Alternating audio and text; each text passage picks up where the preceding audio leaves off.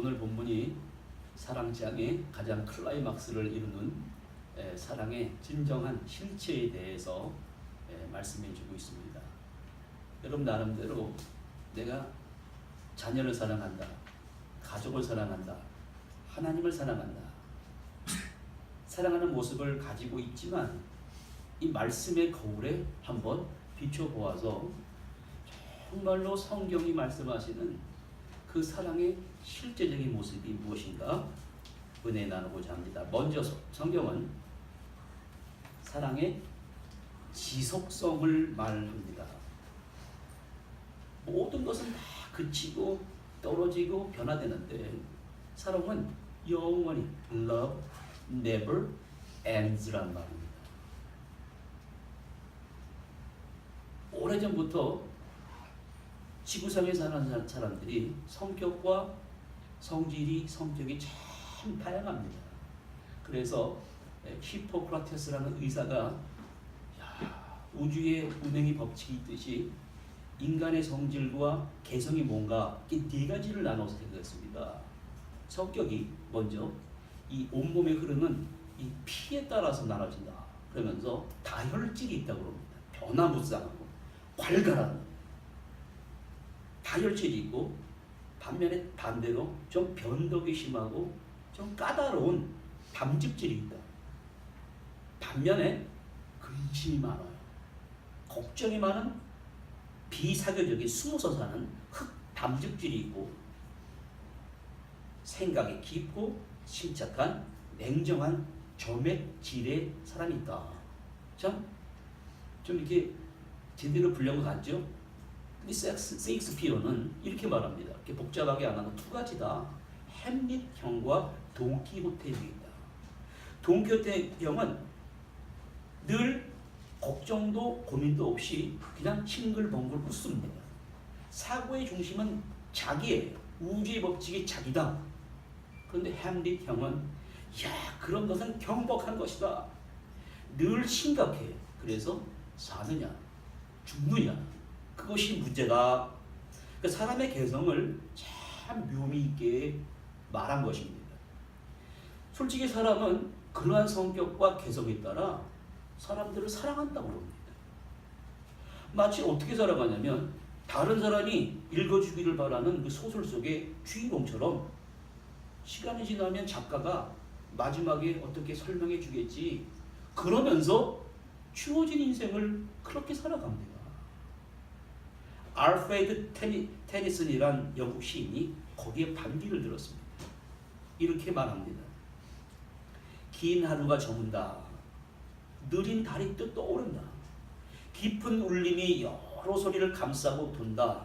가자 친구들이여. 새로운 세상을 찾기엔 아직 늦지 않았다.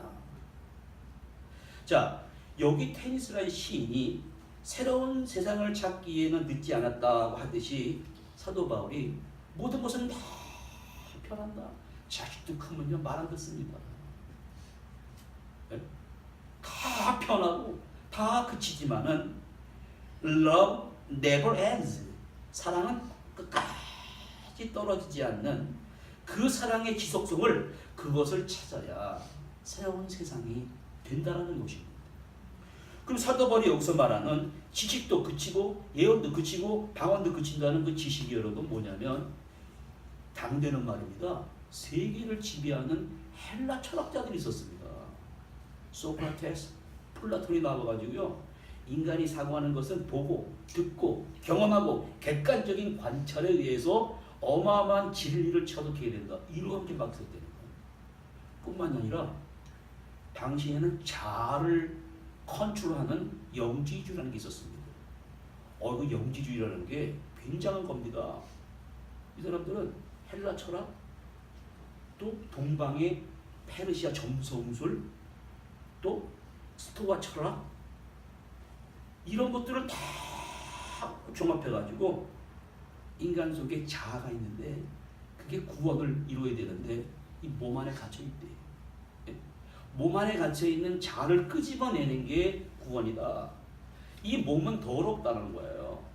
그러면서 사람들을 막 현혹시켰습니다. 그래서 우리 기독교라고 하는 예수님이 몸을 입고 오셨지 않습니까? 이걸 인정을 안 했습니다. 어떻게 하나님이 인간의 몸을 입고 올 수 있냐 하면서 거짓된 지식을 가지고 사람들을 현혹시켰습니다. 그러한 지식도 다 사라져야 된다. 방언 오순절날 신비로운 자체였습니다만은 나중에 그리스도인의 인격이 성숙하고 하나님 앞에 가면 그 방언은 그때 안 하게 된다. 그러나 다 변하지만 사랑은 결코 사라지지 않는다. 이 말은 뭐냐면 유대주의, 신비사상, 헬라, 철학사상, 영지주의 그 모든 것들이 하나님 앞에, 사랑 앞에 굴복하게 된다는 것입니다. 그러니 사랑은 언제든지 떨어지지 않고 계속되는데 이 사랑을 모르니까 사람이 병이 듭니다.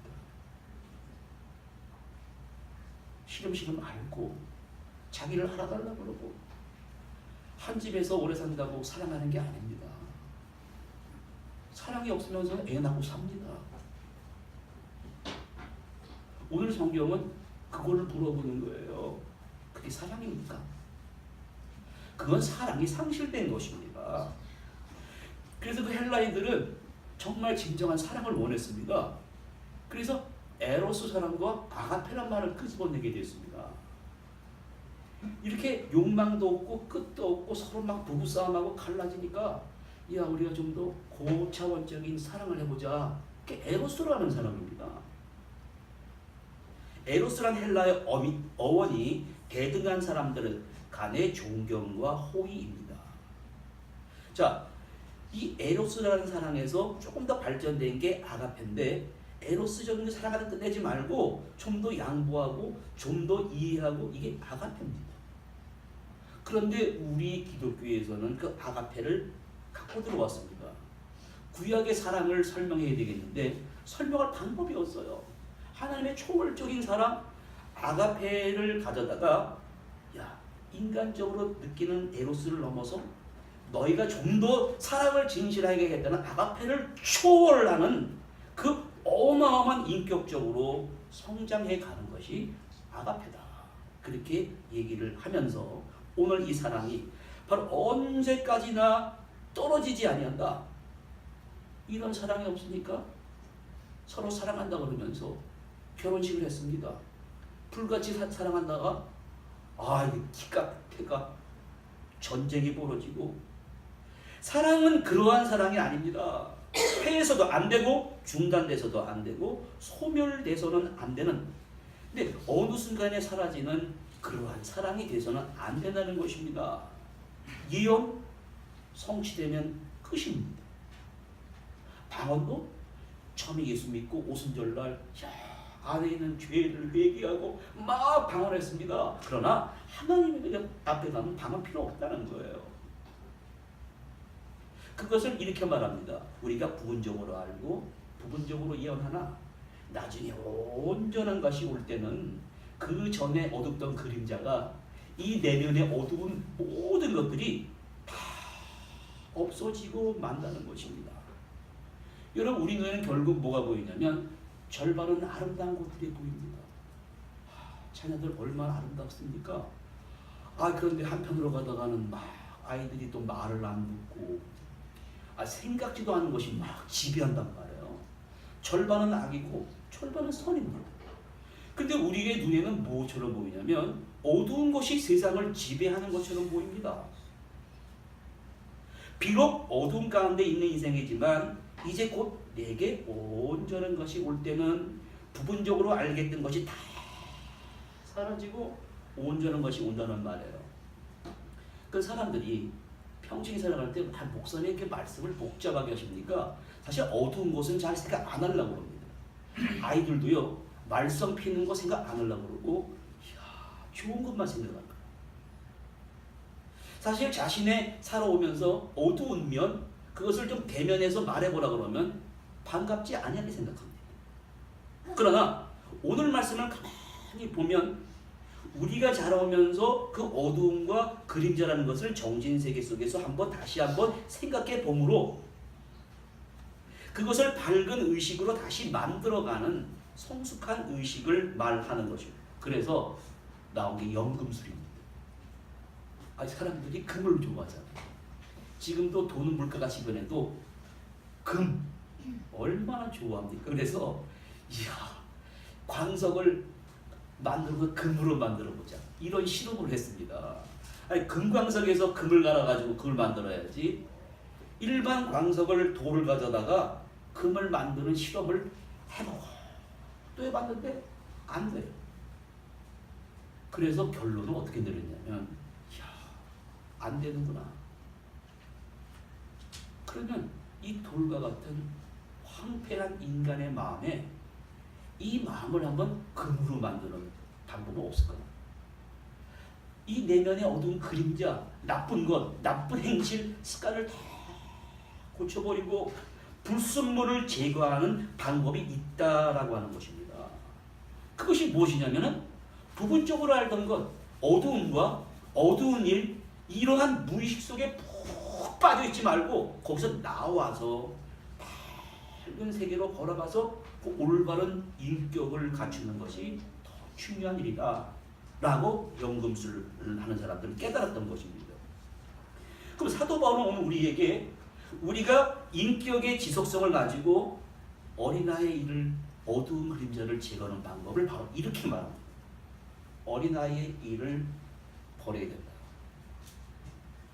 저 말이 나오게 된 것은 여러분 사람들이 물건을 실체를 바라볼 때 각자의 렌즈를 통해 바라봅니다. 각자의 렌즈란 살아온 가정 환경, 성별, 교육 환경을 다 렌즈를 끼고 그걸 바라봅니다. 그리고 그게 또 단지 알고 살아갑니다. 그래서 고통이 있다라는 거예요. 각자의 삶 속의 가치관은 왜곡되게 나타납니다.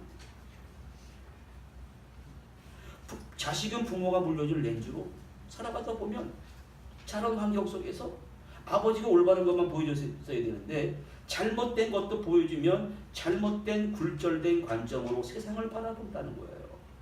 그러다 보면은 나는 뭐예요? 나는 키워진 결과로서 살아가 있단 말이에요. 이렇게 삶이 조건부 삶이 돼버립니다. 그러다 보니까 자기 중심주의에 빠지고 다른 세계관에 비교해서 내 것이 월등하다 이렇게 된다는 말입니다. 왜 심리학자들은 사람들이 이렇게 빠질 수밖에 없냐고 그러면 그 이유가 자랄 땐 누구나 트라우마를 경험한다고 합니다. 트라우마란 말이 그리스 헬라어로 이 헬라어의 어원이 상처라는 말입니다. 근데 이게 독일어로 넘어가면 좀 바뀝니다. 그 사람들은 어떻게 바뀌냐면 트라움, 꿈이 됩니다. 꿈이란 뜻 외에 망상, 허상, 괴물로 발전되는 겁니다. 여기 무슨 말이냐면 트라우마가 잘 다스리면 꿈이 돼가지고 이상을 펼칠 수 있습니다. 근데 이거 잘못하면 뭐가 돼요? 허상이 됩니다. 칼을 들고 죽이겠다는 사람이 됩니다. 괴물과 망상으로 빠지게 됐다는 말이에요.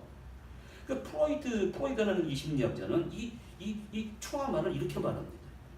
어릴 적 자랄 때 어떤 사건을 말미암아 자신의 이 보호하는 심리막에 상처가 난대요. 구멍에 뚫렸다 합니다. 이 구멍이 뚫린 것을 살아가다 보면은 사회 속에 나왔는데 사람들만 보면은 나에게 상처를 줄 사람처럼 보이는 거예요. 그래서 어떻게 살아가다 보면 유치하게 살아갑니다. 자기 중심적으로 살아간다는 거예요. 우리 어린아이들을 키울 때 참 재밌습니다. 밝고 순진합니다. 차를 타고 지나가면 우리는 차가 지나가는 건데 뭐라고 그러냐면 아이들 눈에는 차만 따라온다고 그러거든요. 쟤네 차가 자기 따라오는 거예요. 아닙니다. 차가 지나가는 것입니다. 태양이 떠오는 것처럼 우리 태양은 가만히 있습니다. 지구가 도는 것입니다. 태양은 그 자리에 가만히 있다가 봄, 여름, 가을, 겨울로 우리가 돌아다니는 거예요. 아이들이 잘합니다. 7살, 13살 되면은 판단이 생겨요. 그건 직관적입니다. 깊은 생각이 없이 깊이 사유하는 생각 없이 자기 주관적으로 흑백 논리로 말합니다. 그래서 부모님들은 그럴 때 아이들을 잘 지도해야 돼요. 종합적으로 잘 지도해야 돼요. 그래서 사도 바울이 11절에 내가 어릴 때는 어려서 어린아이처럼 말하다가 어린아이처럼 행동하다가 장성한 사람이 되어 이를 버리노라. 이 말은 뭐냐면은 사랑이란 말을 자기 굴절된 렌즈로 쓰고 사랑이란 이름으로 사람들을 괴롭히고 자녀들을 괴롭히고 하지 말자는 것입니다. 그래서 이건 재미난 얘기가 있습니다. 또 부부싸움을 하던 부부가 남편이 먼저 좀 철이 들어가지고 내가 이러지 말아야지. 그래가지고 행복 가정 세미나를 갔더니 그 세미나의 결론이 이런 말이에요. 오늘 집에 들어가서 마법을 가르쳐 주겠대요. 이런 말을 아내에게 하라는 것입니다. 그 말은 뭐냐면 첫날, 그래서 3일 동안 계속해야 돼. 첫날, 여보 할 말이 있어. 난 당신 때문에 행복해. 사랑하던 말 하지 말라는 거예요. 사랑은 다 거짓 듣더라는 거예요. 사랑은 행복을 느낄 수 있는 감정입니다. 당신이 있어 행복하다. 이 말을 하라는 거예요. 그래서 이 사람이 집에 가서 평생 안 하던 말을 꺼낸 겁니다. 여보 할 말 있어. 뭐해? 난 생각해보니까 당신이 있어서 행복한 것 같아. 당신 때문에 행복해. 난 정말로 당신하고 결혼을 잘한 것 같아. 그러니까 아내가 뭐라고 하는지 아십니까? 갑자기 안 하던 말을 하니까 미쳤어요! 그러는 거야. 그래서 자기는 간만에 생각하고 교육받고 말았는데 자존심이 막 상하는 거예요. 그 강사가 그렇게 교육시켰습니다. 그럴지라도 화내지 말고 그 다음날 또 이렇게 말하라고 하는 거예요. 그 다음엔 톤을 낮춰라. 낮추고 그 다음날 뭐라고 그러냐면 나는 당신이 있어서 지금까지 살면서 몰랐는데 정말로 정말 행복한 것 같아.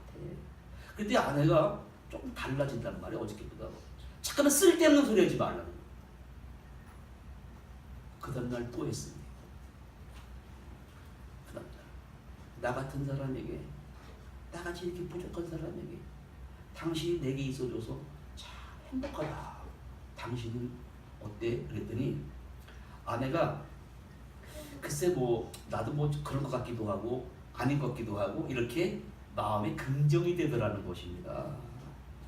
여러분 사랑은요 감정을 느끼는 행복을 느끼는 감정이 되기 때문에. 그런데 문제는 뭐냐면 어린아이의 일을 버리는 게 쉽지가 않다라는 것입니다.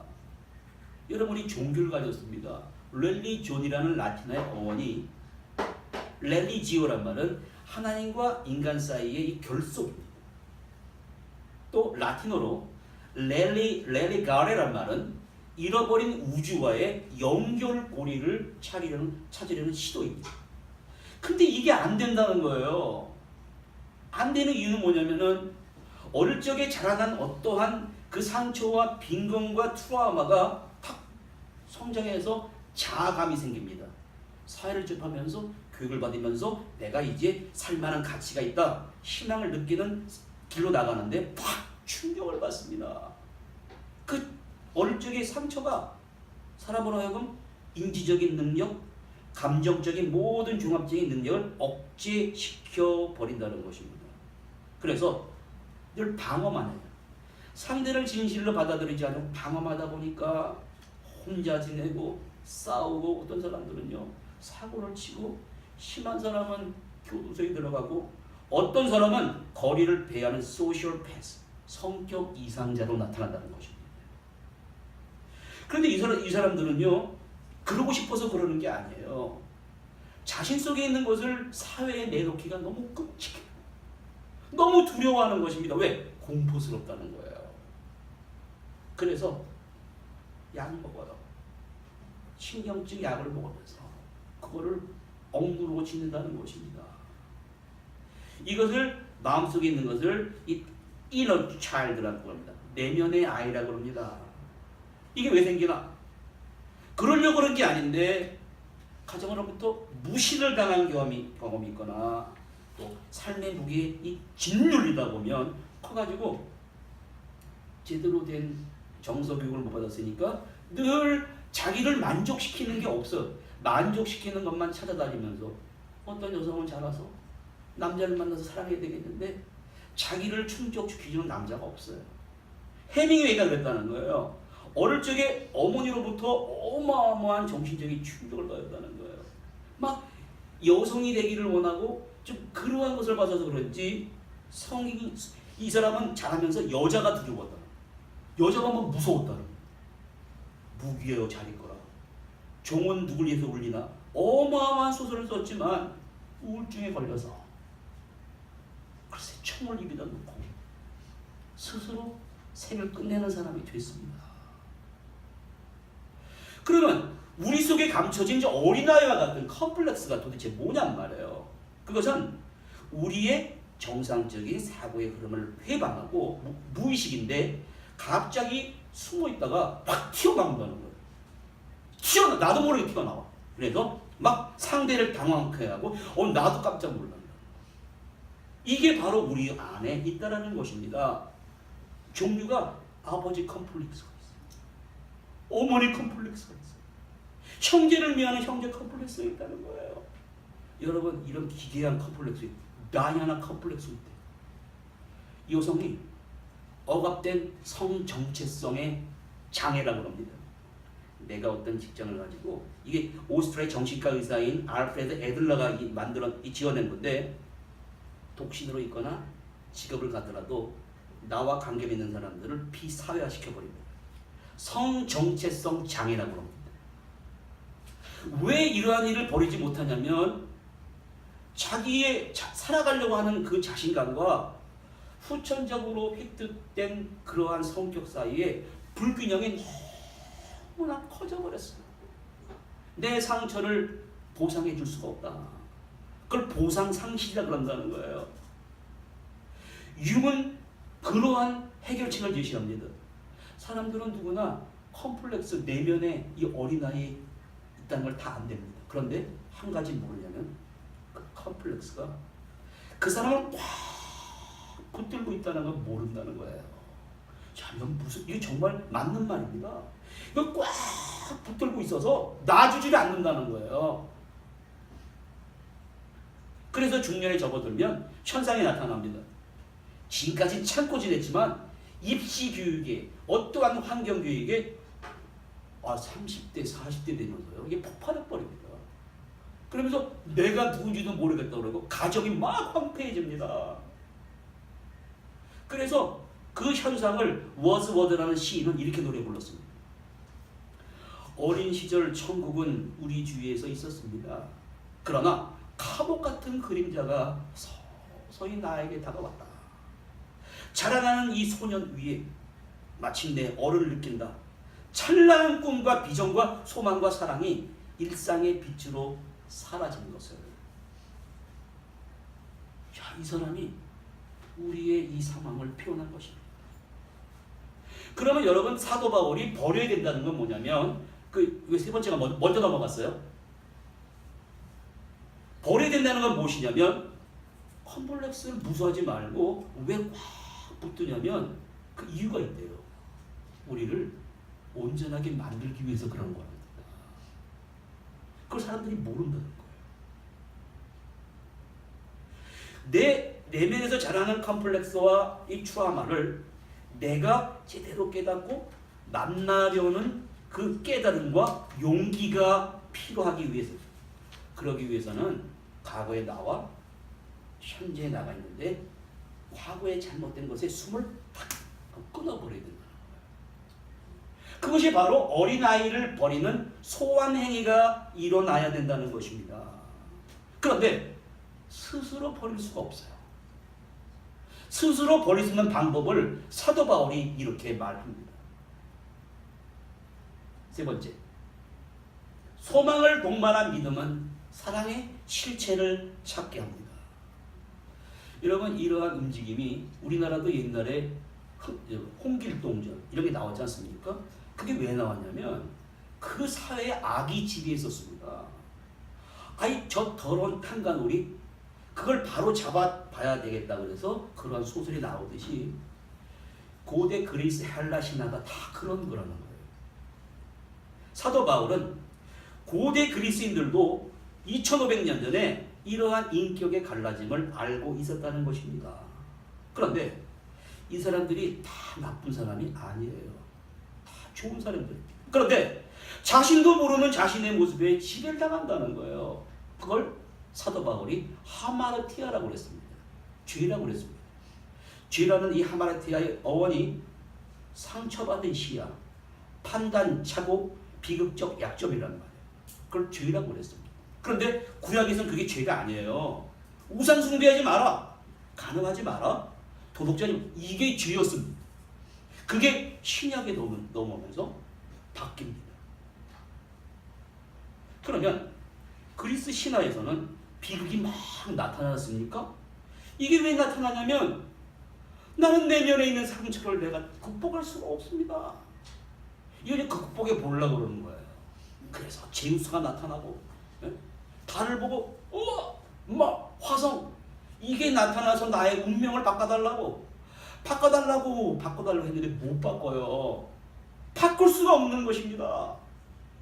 바꿔보려고 노력을 했습니다. 그것이 만들어낸 게 그리스 로마 신화라는 것입니다.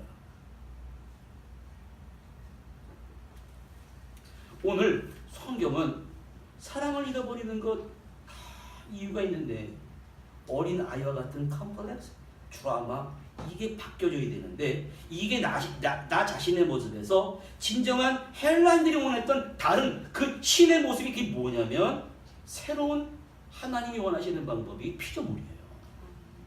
보십시오. 스스로 상처받은 하마르티아를 내가 어떻게 버릴 수가 있습니까? 못 버립니다. 주님이 그거를 버리게 해주기 위해서 십자가에 달려 돌아가셨습니다.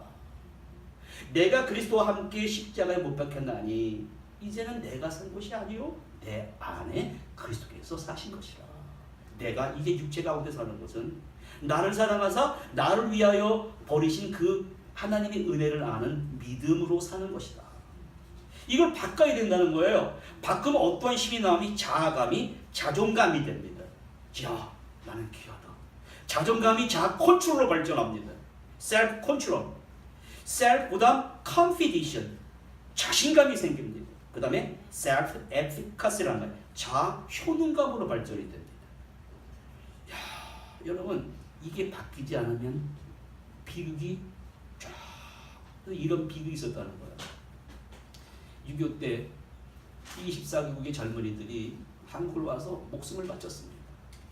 지긋지긋한 전쟁이 끝나고 돌아가는데 멀쩡히 돌아간 사람도 있지만 온몸에 부상을 입은 사람들이 있습니다.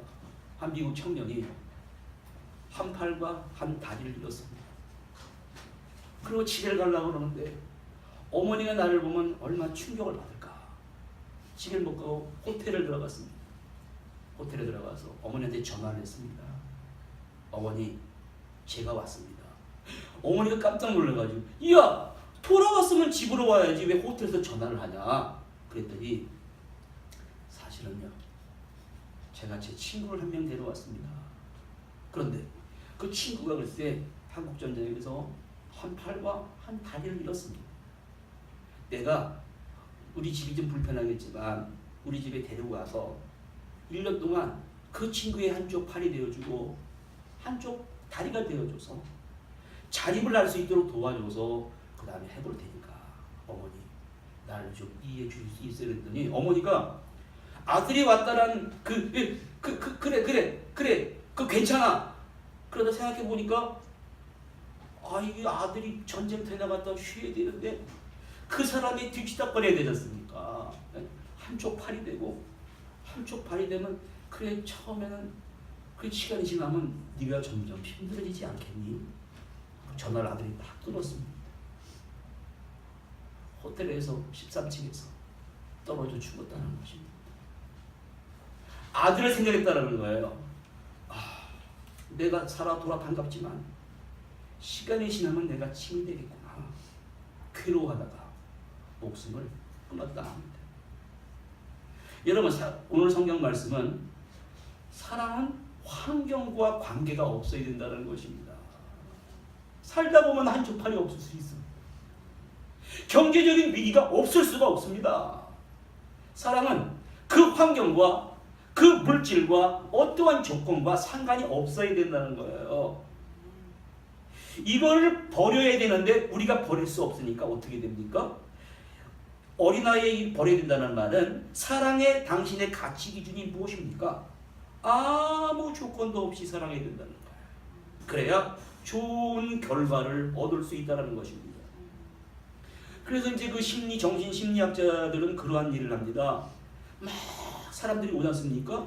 그럼 이 사람은 좌뇌와 우뇌가 딱 막혀버렸다는 거예요. 좌뇌, 우뇌는 좌뇌는 논리적인 뇌거든요. 우뇌는 감성적인 뇌거든요. 이게 충격을 받아가지고 딱 막혀버렸단 말이에요. 막힌 거를 이렇게 뚫 뚫어줍니다.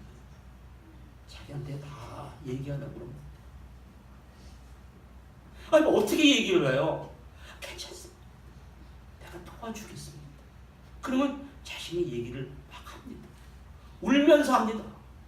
받을 적에 자라난 고통과 그 아픔과 갈등을 막 얘기를 하다 보면은 그동안에는 이게 막막했는데 좌뇌와 우뇌가 막 뚫려요. 뚫리면서 그 정도는 그전에는 막 멀리 있어서 그냥 열기도 싫었는데 이제 거리감이 점점 가까워지면서 또 전문가에게 다 상담을 하니까 내 마음이 편안해진다는 것입니다. 그래서 한 철학자가 이런 말을 했습니다. 나를 죽이지 못하는 것은 나를 결국 성장시킨다. 이 두 가지 갈등과 이 결합에 의해서 그리스 신화 예술세계가 탄생된 것이고 우리나라 문학에서 탄생된 것이라고 합니다. 이제 남은 일은 사도바울 안 되겠다. 이 지중해에 저 헬라 철학에 물든 사람들, 영지주의에 물든 사람들, 유대교의 신비주의 이러한 물든 사람들에게 내가 찾아 들어가서 그들의 언어로 그들의 문화로 재해석해서 복음을 전해주는 것입니다. 그러면 남은 일은 양자택일이 됩니다. 당신이 버리겠습니까? 버리지 못하겠습니다. 그걸 유진 오닐이 이렇게 말합니다. 아직 그 시 보여주면 안 돼요. 먼저 버리지 못하는 사람. 인생이란 누구도 어쩔 수 없는 거니까 알고 난 뒤에 이미 늦은 거야. 몸에 배어버려서 지금까지와 다른 것을 할 수도 없고 그러고 보면 너는 네 자신이 원하는 모습과 완전히 멀어지는 거야. 진정한 자기 따위는 이 세상에 없어 하고 노래하는 사람이 되겠습니까? 아니면 제임스 조이스가 이렇게 노래를 했습니다. 당신은 도망친다고 도망쳤는데 마지막으로 부딪히는 것은 당신 자신인 것을 생각해보라. 가장 멀리 돌아오는 길이 집으로 돌아오는 가장 짧은 지름길입니다.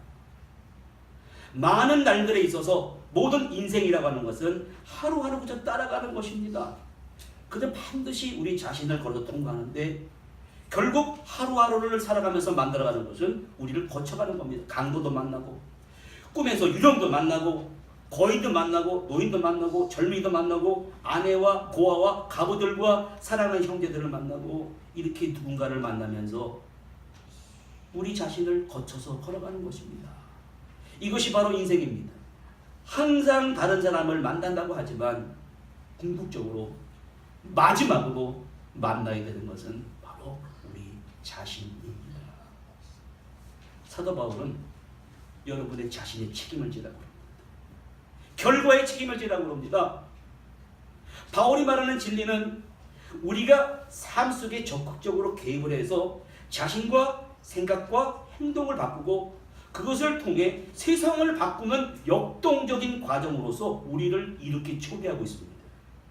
이 세상에서 사랑과 믿음과 소망은 따로따로 노는 게 아니에요. 항상 같이 있는 것입니다. 항상 같이 있는 것입니다. 제각기 분리돼서 소망 따로, 믿음 따로, 사랑 따로 했기 때문에 문제가 생기는 것입니다. 소망을 동반한 확고한 믿음은 완전한 사랑의 실체를 가지게 합니다. 이게 바로 온 율법과 우주의 질서를 다스리는 법칙이라는 것입니다. 예수님이 보여주신 거예요. 십자가의 사랑. 누구든지 하나님을 사랑하노라 하고 형제를 미워하면 이는 거짓말하는 자다. 보는 바 형제를 사랑하지 아니하고 보지 못하는 하나님을 사랑할 수 없느니라. 이게 사랑의 실체입니다. 여기 앞에 그리스 헬라 철학의 에로스와 아가페 사랑이, 영지주의가 스토아 철학이 무릎을 꿇는 것입니다. 이 위대한 사랑의 실체 앞에 여러분, 우리가 간절히 사랑의 의미를 깨닫고 여러분 삶 속에서 승리하는 신앙인들 되시기를 주님의 이름으로 간절히 축원드립니다. 하나님 아버지 감사합니다.